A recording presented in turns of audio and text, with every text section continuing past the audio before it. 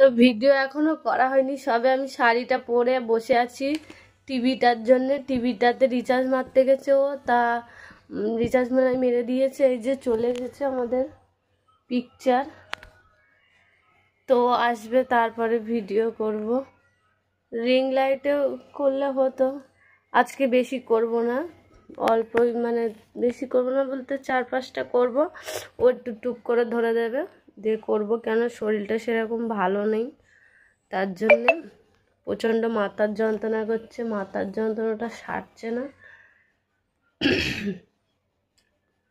তো ভাবলাম ঝপ করে ভিডিও কটা করে, অনেক কাজ পড়ে আছে। ওই দেখো জামা কাপড়ের পাহাড়, মানে সব সময় গোছানো হয় আবার অগোছালো হয়ে যায়। মানে কেন বলো তো, যেহেতু আমাদের ঘরে জামা কাপড় রাখার মতো কোনো জিনিস নেই। একটা ছিল আলনা শোকেস ছিল, তা ওইটা নষ্ট হয়ে গেছে, মানে খারাপ হয়ে গেছে জলে ভিজে। ওই ঝাঁপের ঘরে ছিলাম, টালির ঘরে, তখন বৃষ্টিতে মানে সব পায়া টায়াগুলো সব জং হয়ে গেছিলো, যেহেতু টিনির তো তার জন্যে ওটা নষ্ট হয়ে গেছে বলে, ভেঙে গেছে বলে, তাই ওই সাইড ঘরে রেখে দিয়েছি। আর ওই জামা প্যান্ট এখন আপাতত যে কালো গামলাগুলো হয় না, ওই কালো গামলাতে ভাঁজ করে করে রাখা হয়।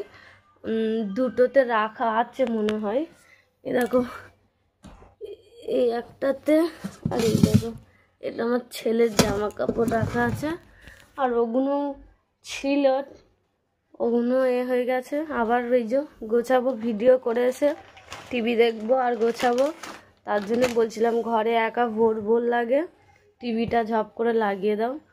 তো আজকে বাজার থেকে এসেই ও টিভি লাগিয়ে দিল, ডিশটা ঠিক করলো, ওর মাদের ঘরের পাখা ছিল না, পাখা ঠিক করে দিল। কত বলো না প্লিজ, আমার এত প্রশংসা কেন করো তুমি?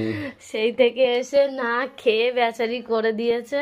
তো ওকে অনেক অনেক কি বলবো, ওকে আর ধন্যবাদ দেওয়া যায়, অনেক অনেক, মানে কি বলবো, নিজের স্বামী বলেই করেছে, তাই তো। আরে দেখো আমার জন্য এখন এইটা এনেছে, তাই চলো একটু ভিডিওটাও ধরে দেবে, তাই তো। চলো বন্ধুরা তাহলে ভিডিও করি, তোমরা ভালো থেকো, সুস্থ থেকো। আবার যদি পরে মানে কালকে ভিডিও করি তবে, ঠিক আছে। এবার তো আমি টিভি দেখবো ঘরেতে, কোনো ব্যাপারই না। আর প্রচণ্ড মানে প্রচণ্ড টেনশান হচ্ছে, মানে যে মাথাটা কেন যন্ত্রণা করছে, এখন বুঝতে পারছি মাথাটা কেন যন্ত্রণা করছে। সবসময় যদি এই ফোন দেখি, ফোনে কাজ করি, তাহলে কি আর হয়?